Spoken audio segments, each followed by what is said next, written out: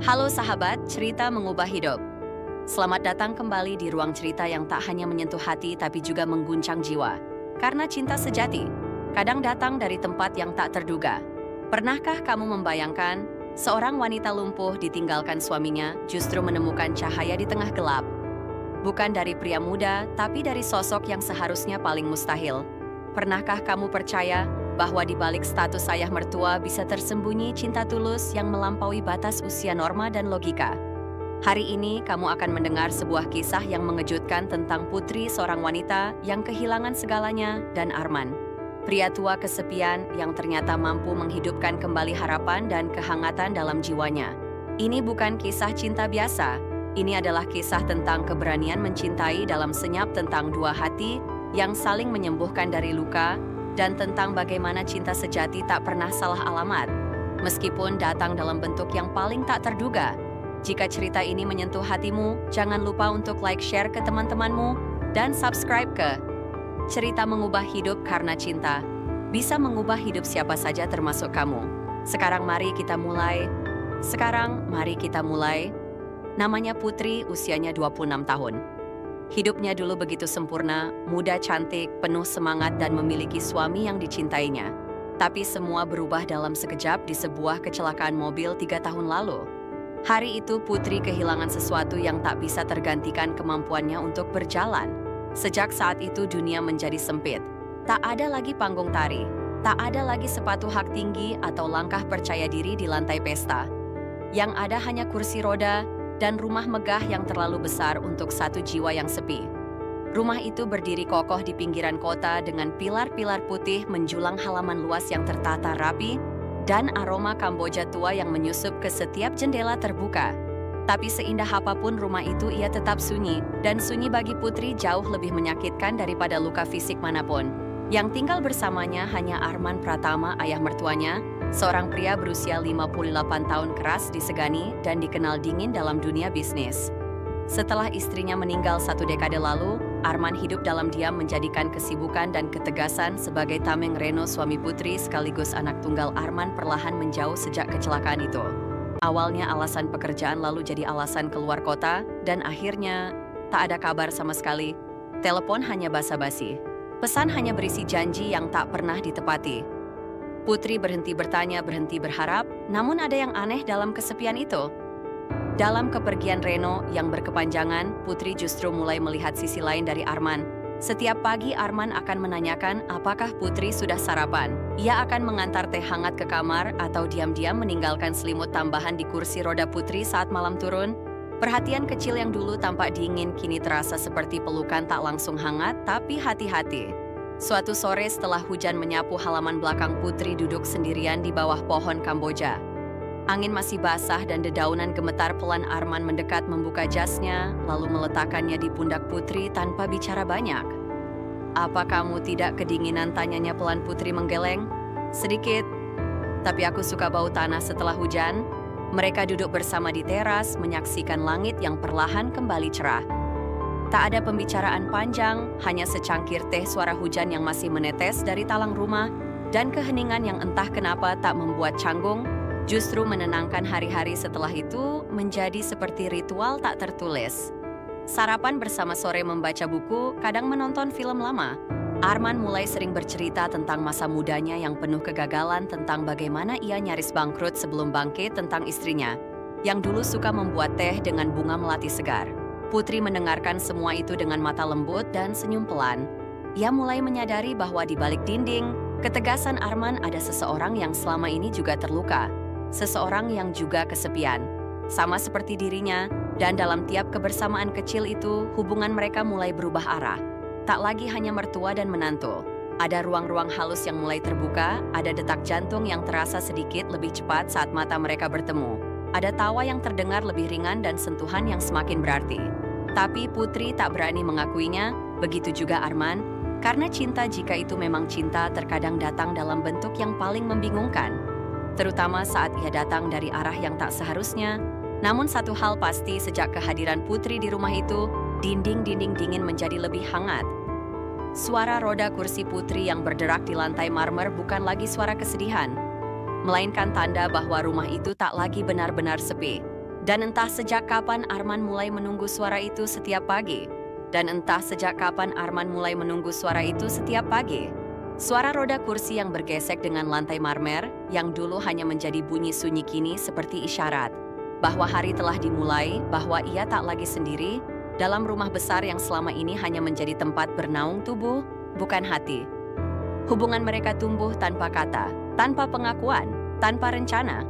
Tapi setiap pagi yang dilewati bersama setiap teh hangat yang diseduhkan diam-diam setiap kali Arman menyelimutkan shawl di bahu Putri tanpa bicara, itu semua adalah bahasa. Bahasa yang hanya mereka mengerti. Namun malam itu datang seperti ujian kecil dari semesta. Hujan mengguyur deras sejak petang. Angin menderu kencang dan suara petir bergema menghantam langit. Sekitar pukul 9 malam listrik padam. Rumah tiba-tiba menjadi gelap gulita, hanya disisakan suara hujan dan desir dedaunan yang menghantam jendela. Putri panik. Ia benci gelap. Sejak kecil kegelapan selalu menjadi musuhnya. Kini di atas kursi roda dan sendirian di kamar ketakutan itu berubah menjadi serangan kecemasan yang menyesakan. Nafasnya memburu, tangannya gemetar, dan ia berteriak kecil memanggil seseorang. Siapapun. Arman yang sedang berusaha menyalakan genset di ruang bawah segera berlari. Naik begitu mendengar suara Putri, ia membuka pintu kamar Putri sambil membawa senter dan kotak korek api. Wajahnya tegang tenang. "Aku di sini," ucapnya cepat tapi lembut. Ia menyalakan lilin kecil di meja samping tempat tidur, lalu duduk di tepi ranjang Putri, menggenggam lengan Arman tanpa sadar. Jari-jarinya yang dingin menggenggam kuat seolah takut jika dilepas, ia akan tenggelam dalam kegelapan itu. "Saya takut gelap," bisiknya lirih nyaris. Tak terdengar, Arman hanya mengangguk. Ia tidak menjawab dengan kalimat bijak atau basa-basi penghibur. Ia hanya menempatkan telapak tangannya di atas punggung tangan Putri, lalu mengelusnya pelan. Gerakan kecil tapi memberi rasa aman luar biasa. Dalam cahaya lilin yang bergetar wajah Putri, tampak pucat, matanya masih merah, tapi ada sesuatu yang berubah dalam sorotnya. Arman menatap mata itu, dan untuk pertama kalinya ia tak melihat Putri sebagai istri dari anakku. Ia hanya melihat Putri, seorang wanita muda yang terluka rapuh namun tetap berusaha kuat. Beberapa detik berlalu tanpa suara, namun dalam keheningan itu jantung mereka berdetak keras. Dan masing-masing dari mereka tahu bahwa garis yang memisahkan peran sosial dengan perasaan pribadi telah mulai kabur. Arman berdiri perlahan. Ia merasa situasi itu nyaris berbahaya, bukan karena takut akan gelap, tapi takut akan terang yang bisa membongkar apa yang mulai tumbuh dalam hati mereka. Ia menarik napas dalam. "Aku di ruang tamu. Kalau perlu apa-apa panggil saja," katanya cepat sebelum melangkah pergi. Putri hanya mengangguk, tapi dalam dirinya ada sesuatu yang tidak lagi sama. Malam itu telah mengubah batas, dan ia tahu perasaan ini tak bisa lagi ia abaikan. Sejak malam itu, setiap kali melihat Arman saat ia tersenyum kecil ketika membacakan berita di koran, atau saat ia menuangkan teh ke cangkir Putri, tanpa diminta Putri merasa jantungnya berdetak lebih cepat. Ia mulai memperhatikan hal-hal kecil, cara Arman memperbaiki letak bantalnya, cara pria itu membenahi rambut yang tertiup angin di pipinya, dan terutama cara Arman diam-diam memperhatikannya saat ia tak sadar. Putri tahu ia mulai jatuh cinta pada pria yang seharusnya ia panggil Bapak. Dan Arman, ia pun tahu setiap senyuman lirih Putri, setiap tatapan penuh makna yang diam-diam mengintip di balik buku yang dibaca adalah tanda yang tak bisa diabaikan. Mereka tak pernah membicarakannya, tapi rasa itu tumbuh mengalir seperti air yang mencari celah. Dan dalam diam masing-masing keduanya tahu bahwa apa yang mereka rasakan bukan lagi sekadar kasih sayang antara mertua dan menantu. Itu adalah cinta. Cinta yang datang pelan tak terduga tapi tak bisa disangkal. Itu adalah cinta. Cinta yang datang pelan tak terduga tapi tak bisa disangkal. Dan cinta meskipun belum terucap selalu mencari ruangnya sendiri. Ia menyusup lewat kebersamaan yang semakin sering, lewat senyap yang semakin dalam, lewat tatapan-tatapan yang semakin lama tertahan. Arman menyadari jika mereka terus tinggal di rumah itu dengan bayangan Reno yang masih menggantung di tiap sudut dengan bisik-bisik masyarakat yang bisa muncul kapan saja, maka semua akan jadi rumit. Maka suatu sore yang tenang, ia mengajak Putri pergi ke villa di tepi danau. Katanya pelan sambil menyeduh teh hangat, "Udara di sana lebih segar. Kamu perlu suasana baru." Putri terdiam sejenak. Ia ingin bertanya mengapa hanya berdua, tapi tak ada pertanyaan yang terucap. Dalam diamnya ada setengah keinginan untuk menolak, dan setengah lainnya yang justru ingin berlari ke sana. Akhirnya ia mengangguk. Perjalanan ke villa itu terasa panjang dan hening, tapi bukan hening yang canggung. Mereka duduk berdampingan di dalam mobil jalanan berliku menuju perbukitan terhampar di depan mereka. Di luar kabut tipis menyelimuti pepohonan pinus dan aroma tanah basah menyelinap lewat jendela. Villa itu berdiri sunyi dikelilingi pepohonan tua dan taman kecil yang menghadap langsung ke Danau Bening. Bangunan kayu bergaya kolonial itu tampak seperti dunia terpisah jauh dari segala kebisingan dan kewajiban. Di tempat itu hanya ada mereka berdua, tidak ada Reno, tidak ada kota, tidak ada peran yang memaksa mereka untuk pura-pura. Hari pertama mereka makan malam sederhana di beranda berbagi sup dan roti bakar. Buatan Arman. Putri sempat tertawa kecil ketika mencicipi roti gosong, dan Arman membalas dengan senyum malu-malu yang sudah lama tidak muncul di wajahnya. Rasanya seperti piknik, gumam Putri sambil memandangi danau. Saya harap bisa jadi pelarian, kata Arman. Bukan dari kenyataan, tapi dari luka. Dan malam itu mereka duduk berdua di dekat perapian, berbagi kisah-kisah kecil yang tak pernah sempat diungkapkan tentang masa kecil. Putri tentang mimpi menjadi guru tari yang kini terkubur. Tentang masa muda Arman yang keras tentang kehilangan istri, dan bagaimana rasa sepi bisa berwujud sangat tenang, tapi mematikan. Di sana tidak ada lagi jeda, tidak ada lagi jarak. Pada malam ketiga setelah mengantar Putri ke dermaga kecil, mereka menyaksikan matahari tenggelam bersama. Warna langit membara oranye kemerahan dan air danau memantulkan cahaya seperti cermin tak bertepi. Putri menyentuh jemari Arman yang menyandar di sandaran kursi rodanya ringan, hampir tak terasa. Tapi Arman tidak menarik tangannya, dan di saat itu mereka tahu, semua yang telah tumbuh perlahan kini telah melewati batas nalar, batas moral. Bahkan batas yang pernah mereka jaga dengan diam. Malam harinya mereka duduk di ruang tengah, berbagi selimut dan segelas coklat panas. Buku yang mereka baca terbuka di halaman tengah terlupakan karena dunia mereka telah berubah menjadi hanya mata bertemu mata dan hati bertemu hati. Putri menurunkan tangannya perlahan mengusap rambut Arman dengan sentuhan yang hampir seperti mimpi. Arman menoleh, dan waktu seolah berhenti, ia berdiri lalu duduk di samping Putri di sofa. Perlahan ia meraih tubuh Putri ke dalam pelukannya. Awalnya Putri terdiam, bukan karena kaget, tapi karena ada perasaan yang akhirnya menemukan rumah. Pelukan itu berlangsung lama, tak ada kata, tak ada janji, hanya kesunyian yang memeluk mereka kembali. Dan sebuah perasaan bahwa di tempat sunyi ini mereka telah menyerah. Bukan pada kelemahan, tapi pada kebenaran. Bahwa apapun yang dunia pikirkan mereka sudah tidak bisa lagi berpura-pura. Bukan pada kelemahan, tapi pada kebenaran. Bahwa apapun yang dunia pikirkan mereka sudah tidak bisa lagi berpura-pura. Hari-hari di villa itu berjalan lambat, tapi justru dalam kelambatan itu segalanya menjadi jelas. Putri dan Arman kini seperti dua orang yang terdampar di sebuah pulau asing. Tak punya arah kembali, tapi juga tak ingin pulang. Mereka membiarkan waktu mencairkan sisa keraguan, dan membiarkan keheningan mengisi celah antara mereka dengan rasa yang selama ini tertahan. Pagi keempat, langit cerah dan burung-burung kecil berkicau dari pepohonan rindang. Arman berdiri di dapur menyiapkan sarapan roti bakar, potongan buah, dan teh melati hangat. Ia meletakkannya di atas nampan lalu membawanya ke kamar Putri. Di sana, Putri baru saja bangun, rambutnya masih kusut, wajahnya belum sepenuhnya sadar, namun bagi Arman itu adalah wajah paling indah yang pernah ia lihat. Selamat pagi, ucapnya lembut. Putri tersenyum menyambut nampan itu dengan mata berbinar.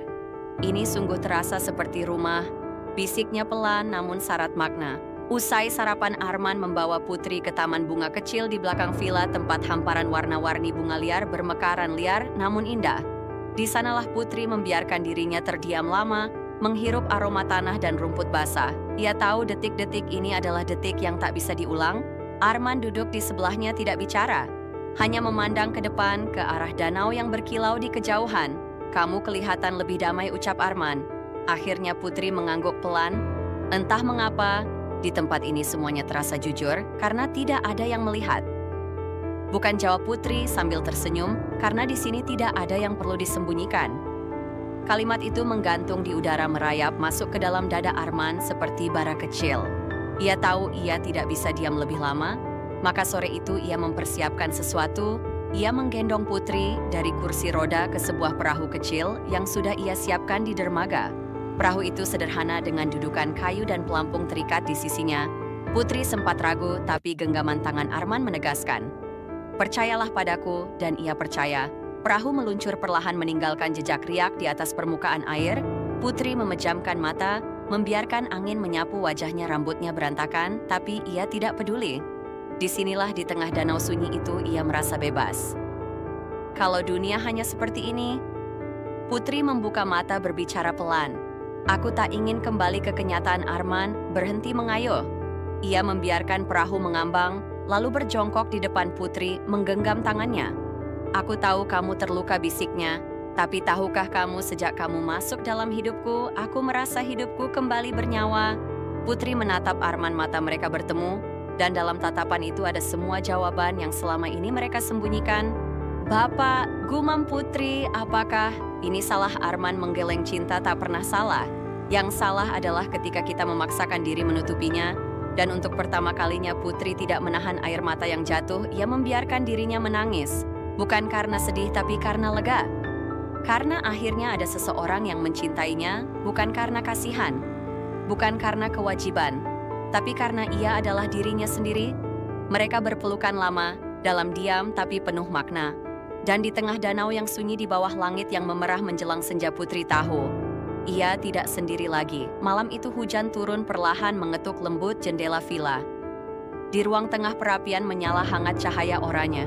Keemasan menari di dinding kayu menciptakan suasana yang tenang.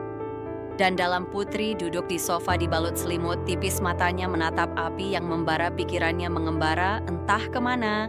Arman duduk di lantai bersandar di kaki sofa membaca buku, sesekali melirik Putri diam-diam. Ada sesuatu di udara malam itu, bukan hanya aroma kayu terbakar, tapi perasaan yang menunggu di ujung lidah, belum terucap, tapi sudah lama tumbuh. Tiba-tiba Putri menurunkan tangannya dan mengusap rambut Arman dengan lembut. Arman terdiam, ia menoleh ke atas menatap wajah Putri. Dalam sekejap dunia seakan mengecil, menyisakan hanya mereka berdua, dan detak jantung yang menggema di dada. Arman perlahan berdiri lalu duduk di samping Putri. Tak ada kata yang keluar, ia hanya memandang dalam, menunggu. Atau mungkin bertarung dengan sesuatu di dalam dirinya. Putri menunduk. Aku takut, bisiknya. Takut merasa terlalu nyaman. Takut ini semua hanya sementara. Arman menggeleng pelan, lalu menggenggam tangan Putri. Kalau ini salah, maka aku rela salah, katanya lirih. Karena untuk pertama kalinya dalam hidupku, aku merasa hidup. Putri menatapnya. Dan di dalam mata pria tua itu, ia melihat sesuatu yang selama ini ia cari: kejujuran, keamanan, keberanian, dan cinta. Cinta yang tak butuh janji-janji indah, hanya kehadiran yang utuh. Bapak, gumam Putri, apakah Bapak mencintaiku? Arman menarik napas panjang, ia mengangguk. Sejak lama. Sejak aku melihat bagaimana kamu bertahan dalam luka, tapi tetap bersinar. Sejak kamu membuat rumah ini kembali hidup. Air mata Putri menetes jatuh di pipinya. Tapi ia tersenyum. Aku juga mencintai Bapak, ucapnya pelan. Tapi aku takut pada dunia. Biarkan dunia menilai, jawab Arman, tapi izinkan kita jujur pada hati sendiri. Malam itu mereka berpelukan dalam diam. Pelukan yang tak lagi bisa ditarik kembali, tak bisa dibatalkan, tak bisa diingkari.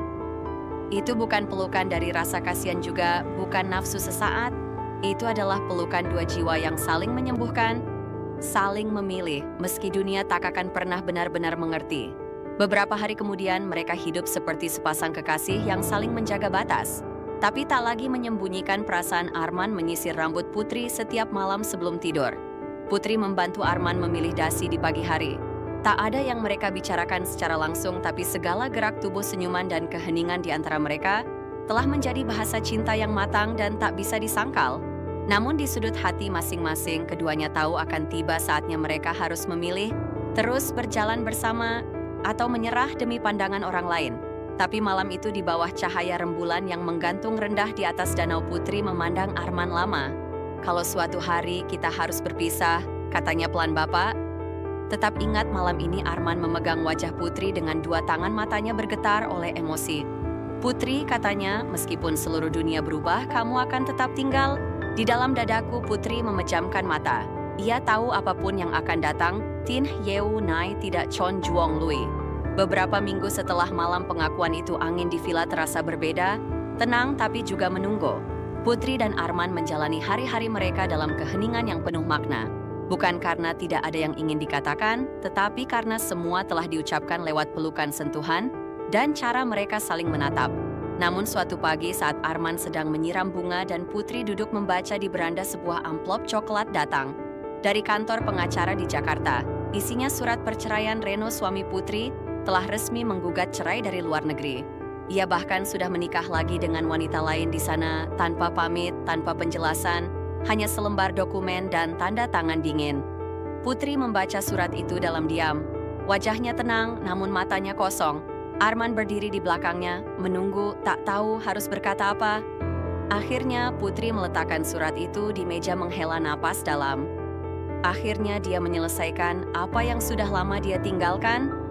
Ucapnya pelan, seperti berbicara pada angin. Arman menatapnya cemas. "Apa kamu sedih?" Putri menggeleng. "Tidak mungkin dulu, tapi sekarang aku hanya merasa lega, seperti pintu yang lama terkunci akhirnya terbuka." Dan di detik itu Arman tahu inilah waktunya. Sore itu di bawah pohon Kamboja tua yang berdiri megah di belakang villa. Arman berdiri sambil menggenggam sesuatu kecil di tangannya. Angin berhembus lembut membawa harum bunga dan bunyi gemerisik daun Putri.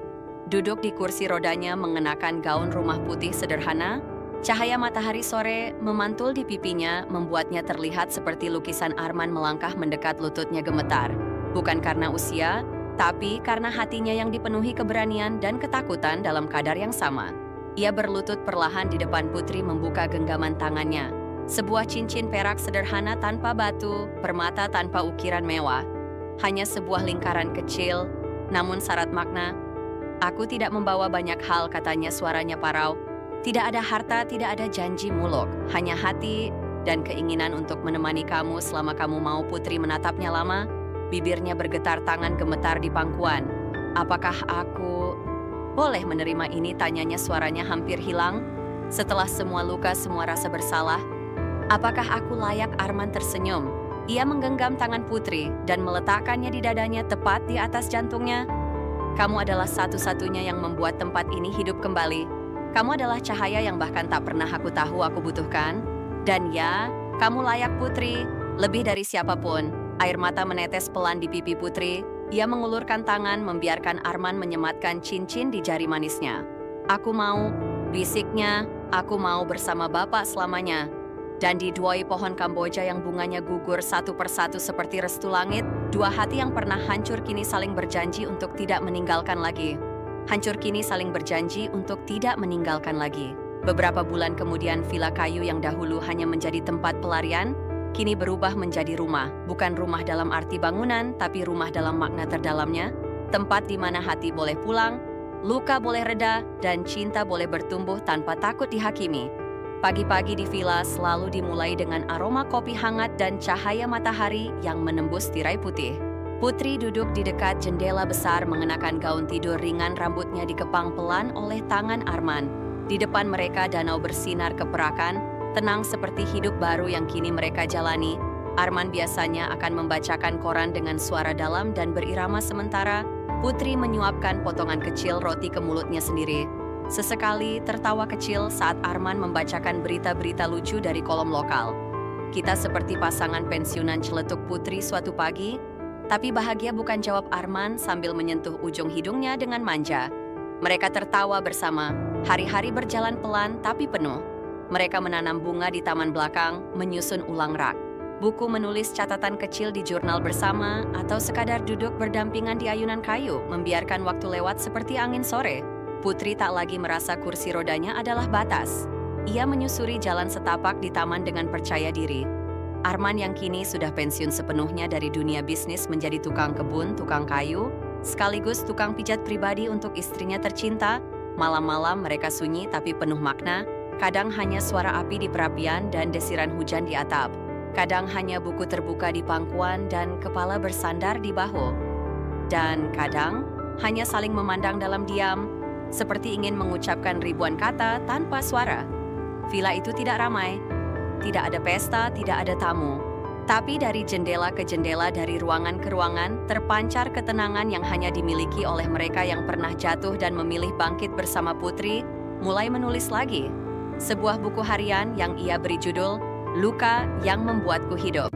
Setiap halaman diisi dengan kalimat-kalimat pendek tentang kesepian, tentang keberanian, dan tentang bagaimana cinta bisa tumbuh bahkan dari reruntuhan Arman. Membacanya diam-diam lalu menangis dalam diam. Ia tahu cinta yang mereka miliki bukan cinta yang biasa. Bukan cinta yang lahir dari hasrat muda, tapi cinta yang tumbuh dari luka tua, dari kehilangan, dari pengampunan. Suatu malam saat bulan penuh menggantung di atas danau, Putri bersandar di dada Arman lalu berbisik, "Jika suatu hari aku pergi lebih dulu, kamu harus janji tetap tinggal di villa ini." Arman memeluknya lebih erat. "Aku tidak akan kemana-mana. Aku akan tetap di sini, menjaga bunga-bunga yang kamu tanam, menyalakan perapian setiap malam, dan menunggu sampai kita bertemu lagi di bawah pohon Kamboja itu." Putri mengangguk menahan tangis. Dan malam itu seperti malam-malam lainnya, mereka tidur dalam pelukan. Bukan karena takut kehilangan, tapi karena tahu mereka telah memiliki segalanya dalam keheningan yang sederhana. Dan malam itu seperti malam-malam sebelumnya, mereka tidur dalam pelukan satu sama lain. Bukan lagi karena takut kesepian, melainkan karena tahu bahwa di dunia ini ada satu tempat di mana mereka tidak harus menjelaskan apa-apa. Tidak harus membuktikan apapun, hanya cukup hadir sebagai diri sendiri, dan itu sudah cukup. Di dalam keheningan villa kayu yang dikelilingi danau dan pepohonan, tidak ada suara yang lebih penting. Selain detak jantung yang berdetak dalam ritme yang sama, cinta sejati seperti yang mereka temukan tidak selalu datang dengan gemuruh atau kejutan besar. Ia datang perlahan seperti embun pagi yang turun tanpa suara, mengendap di sela-sela luka yang dulu dibiarkan terbuka terlalu lama. Putri tidak pernah menyangka akan mencintai lagi, apalagi mencintai seseorang yang secara status pernah menjadi ayah mertuanya. Dan Arman pun tidak pernah membayangkan bahwa di usia menjelang senja saat tubuh mulai menua dan rambut memutih, ia justru akan menemukan jenis cinta yang belum pernah ia rasakan selama hidupnya. Mereka berdua bukanlah pasangan ideal menurut masyarakat. Tidak ada pesta pernikahan mewah, tidak ada restu yang diumumkan secara terbuka, tidak ada foto yang dibagikan ke dunia. Tapi justru dalam keheningan dan kesederhanaan itu, cinta mereka tumbuh dengan akar yang dalam. In short, setiap pagi dimulai dengan senyum tanpa suara, setiap malam diakhiri dengan tangan saling menggenggam di bawah selimut. Tidak ada kata cinta yang diucapkan berulang-ulang, tapi setiap tindakan mereka adalah cinta yang hidup, cinta yang bernapas. Arman yang dulu dikenal sebagai pengusaha tegas dan dingin, kini berubah menjadi sosok yang lembut dan sabar. Ia membersihkan taman, menyiram bunga-bunga kesukaan Putri, dan merawat setiap sudut rumah seperti merawat hatinya sendiri. Putri yang dulu merasa tubuhnya menjadi beban dan kehidupannya seperti tertahan di atas kursi roda, kini mulai menemukan kembali arti menjadi perempuan. Ia menulis, ia membaca, dan ia mencintai dengan seluruh sisa kekuatan yang ia miliki. Mereka tak pernah berbicara tentang masa lalu terlalu sering. Tidak ada gunanya membuka kembali luka yang sudah perlahan sembuh. Namun dalam beberapa kesempatan saat hujan turun dan api di perapian menyala, Putri akan memeluk Arman lebih erat dan berbisik bahwa ia bersyukur kecelakaan itu pernah terjadi, karena tanpa itu ia mungkin tidak akan pernah bertemu Arman dalam bentuk cinta yang sebenarnya. Dan Arman sambil mencium kening Putri hanya menjawab bahwa dalam hidup ini, hal paling indah kadang datang dari hal paling menyakitkan. Hari-hari mereka berlalu seperti puisi yang mengalir tanpa perlu ditata terlalu rapi. Mereka menanam pohon bersama, membuat sup bersama, dan duduk di balkon sambil membaca buku yang sama. Kadang mereka saling diam sepanjang pagi, namun tak satu pun merasa kesepian.